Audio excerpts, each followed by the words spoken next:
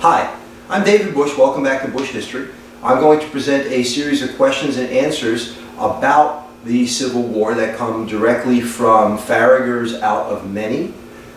This would be chapter 16 in Farragher's Out of Many. You don't have to use that particular textbook. That's simply my guide as I march through these presentations. These questions come from the College Board regardless, and they can be used with any book. It's simply an overview of the Civil War in a question and answer format. So, that being stated, if you want to actually download this, it's on my website, buschhistory.net, www.buschhistory.net/YouTube. But if you go to buschhistory.net to the homepage, you will see a synopsis, if you want, of all the YouTube presentations, and you can simply click on the folder and use what you like. So, let's get started. Once again, dealing with the Civil War, and this is a series of question and answers on specifically that topic. So let's get going. Fort Sumter, strategically located in Charleston Harbor, became the flashpoint at the beginning of the Civil War. And why? Well, let's start with, I'm not going to read all of this, but it helps to get us going. It's a northern fort in Confederate territory, first of all, and it was disputed as to who owned it. Remember, it was a northern fort, so it belonged to the Union Army, but the Confederacy had seceded. So the Confederate government under Jefferson Davis looked at all property in the South as being theirs, and Fort Sumter thereby would be confiscated as part of the Confederate defenses and not the Union defenses. Northern fort in Confederate territory, Confederates would not allow the resupply by Union forces. The South wanted the withdrawal of Union troops. Colonel Robert Anderson refused under Lincoln's orders, as colonel, not major. I made that mistake earlier. Anyway. He had refused under Lincoln's orders, and General P.T. Beauregard ordered him to evacuate. Well, he wouldn't evacuate. So as a result of not evacuating, the fort was shelled. And the fort was shelled for about 36 hours, but no shells hit the fort. And the question often comes up, why? Why did they not hit the fort? If you think about that, it's a pretty interesting answer. Before the war had begun, before Fort Sumter, Beauregard and Anderson had been colleagues.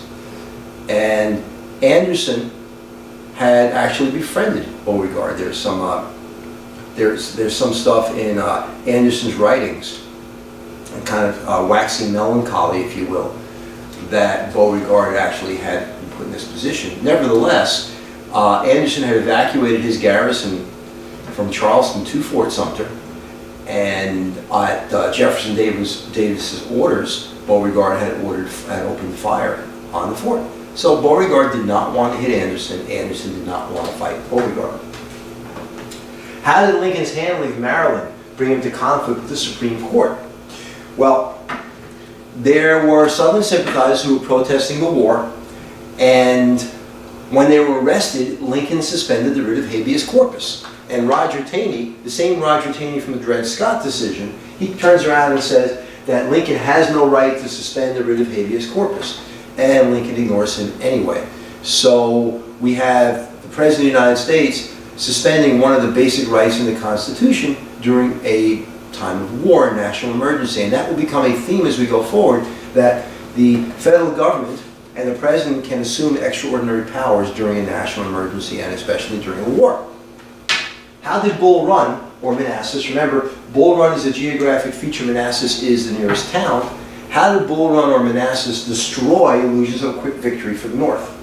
Well, it's located just 25 miles from Washington, D.C. in Fairfax County, Virginia, and the Confederates won the battle. The Union thought it was going to be a quick victory. The battle lasted a better part of the day. Confederates received reinforcements, and the Union ended up retreating.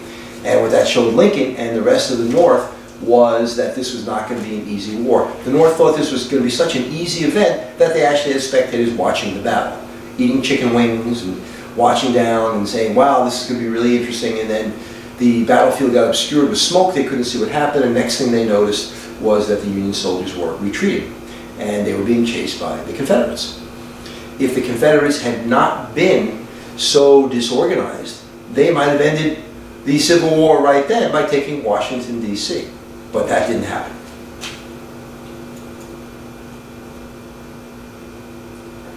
How was the Anaconda Plan intended to reduce casualties? The Anaconda Plan was devised by Union leadership, and the idea was to strangle the South, to control the eastern seaboard, the Gulf of Mexico, hopefully the Mississippi River, and basically strangle them and keep their supplies out, trying to limit the amount of actual military engagements and forcing the South to surrender. It took a long time.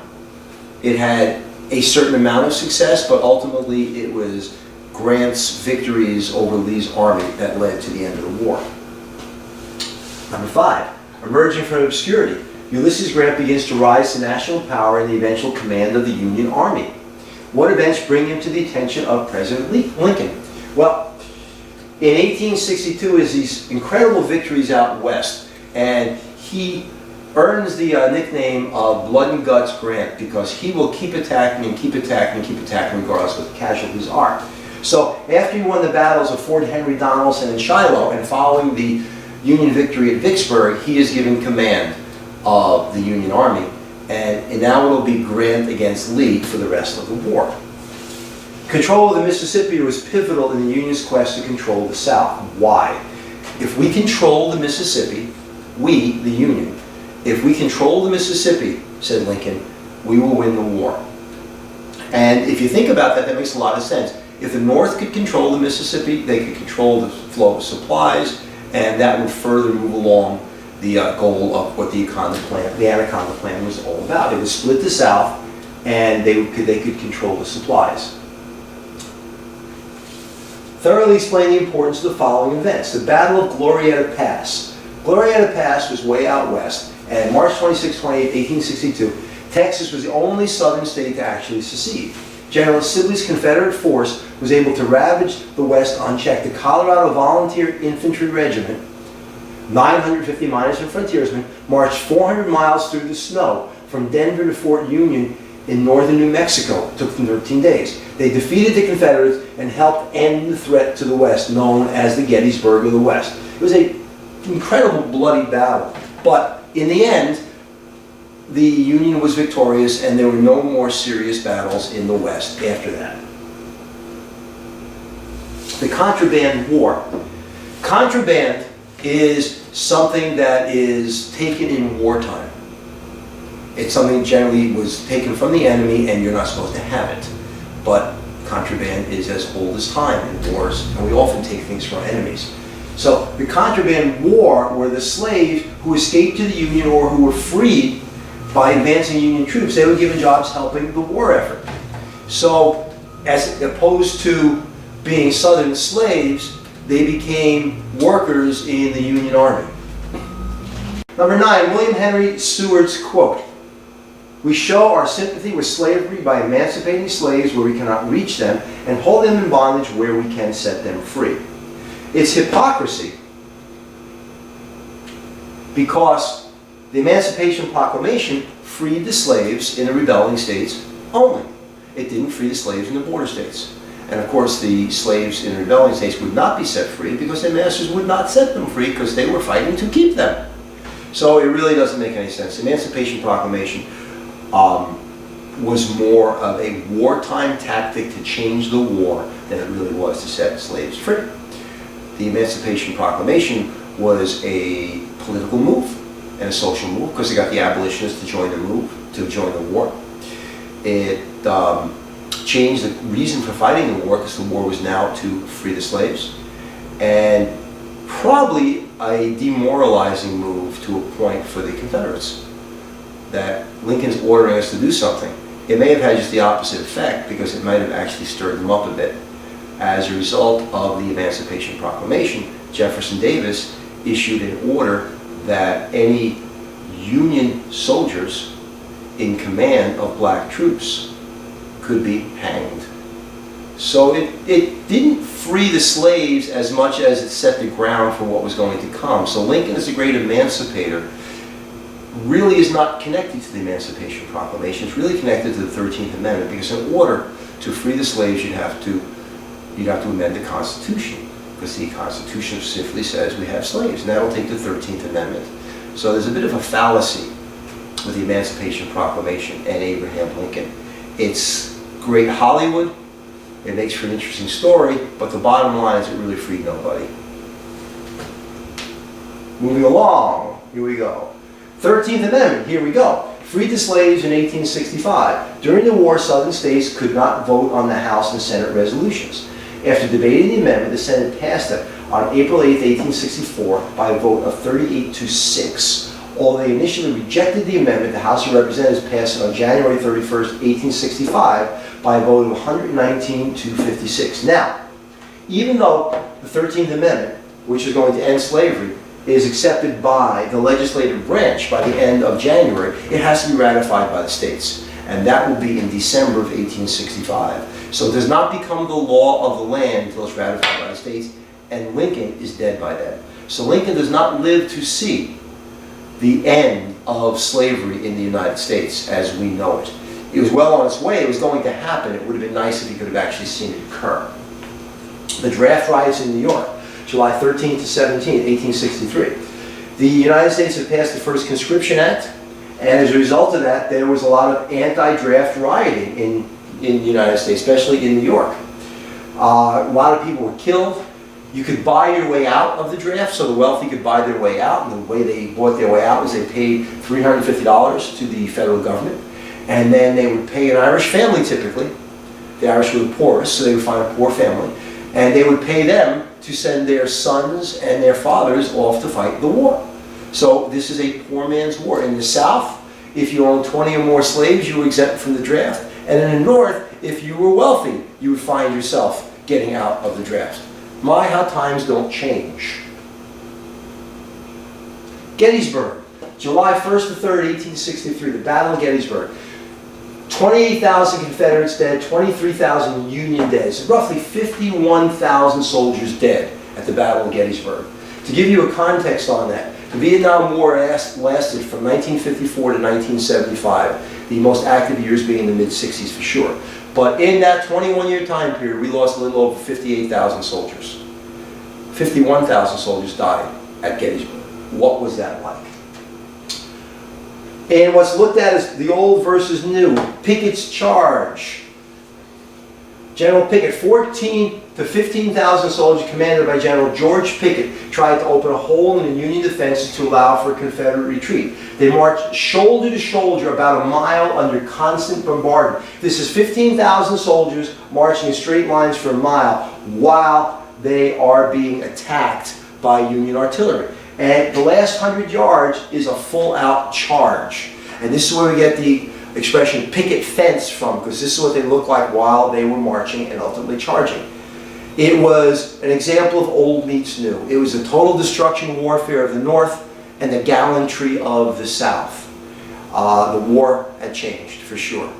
And Pickett's march was an utter defeat for General Pickett's troops.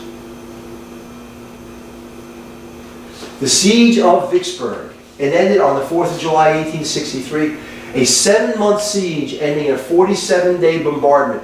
2,800 shells a day on the city of Vicksburg on the Mississippi River. People were living in holes in the ground. They were eating family pets. They were eating rats and vermin and things like this. 2,800 shells a day. Think about that. Think about that. That's a lot of shells. More than 100 shells an hour. The fall of the Gate City of the South. This is Sherman's defeat of Atlanta. Devastated Southern morale. That's the whole scene Gone with the Wind. Atlanta was burned on November 11th, 1864. Sherman's march occurred after the burning of Atlanta. With about 60,000 men, he marched from Atlanta to Savannah, Georgia on the Atlantic coast. Along the way, he destroyed everything in his path. It was called a bloody swath, 60 to 75 miles wide, 285 miles long. He wanted to show the South he could go wherever he wanted, however he wanted, and do whatever he wanted. It was a war of total destruction, and the United States had seen nothing like it. Warfare had truly changed. The election of 1864, so this is during the Civil War, and by winning by winning the election of 1864 with 50% of the popular vote. Yeah, only the North voted. Life hadn't changed because there's only northern states participating in this. Lincoln solidified the Republican Party and his war policies were vindicated. So he may have been a minority president at the beginning of the war. But when he's reelected, the North is firmly behind him. And who does he defeat? Democrat George McClellan. The same McClellan who Grant replaced. Because McClellan wanted to sue for peace. He was a Southerner and he didn't think that the war was necessary. Appomattox, the McLean home, became the site to Lee's surrender to Grant on April 9, 1865. In the town of Appomattox courthouse, they do not surrender at the courthouse. People make that mistake a lot. During the 2.5-hour meeting, Grant promised no punishment to Lee's soldiers and fair treatment. Soldiers were allowed to keep their horses and their rifles and go home and plant. Unfortunately, 5 days later, with the assassination of Abraham Lincoln, all of that would change. April 14, 1865. As part of a much larger conspiracy, John Wilkes Booth shot President Abraham Lincoln at Ford's Theater. Secretary of State William Henry Seward, Secretary of War Edwin Stanton, and Vice President Andrew Johnson were all supposed to be assassinated. Seward was injured but survived. Lincoln died the next morning. The conspiracy gave rise to a new hatred against the South, and Reconstruction would now be a punishment of the South as opposed to a reconciliation. So this is just a quick view of a series of questions about the Civil War. Remember, if you go to www.buschhistory.net, you can see all of the YouTube presentations and a little summary of each one of them. This will be presentation 12-2. So, the next presentation will be 13 and it will deal with Reconstruction. It is Thanksgiving in the United States. This is Thanksgiving weekend, and I would like to just express my thanks to all the people in my life who are very important to me, to my students who have stood by me all these years and supported me, and to who I love dearly. So, David Busch from Busch History, have a happy Thanksgiving, and this series will continue. Take care. Bye.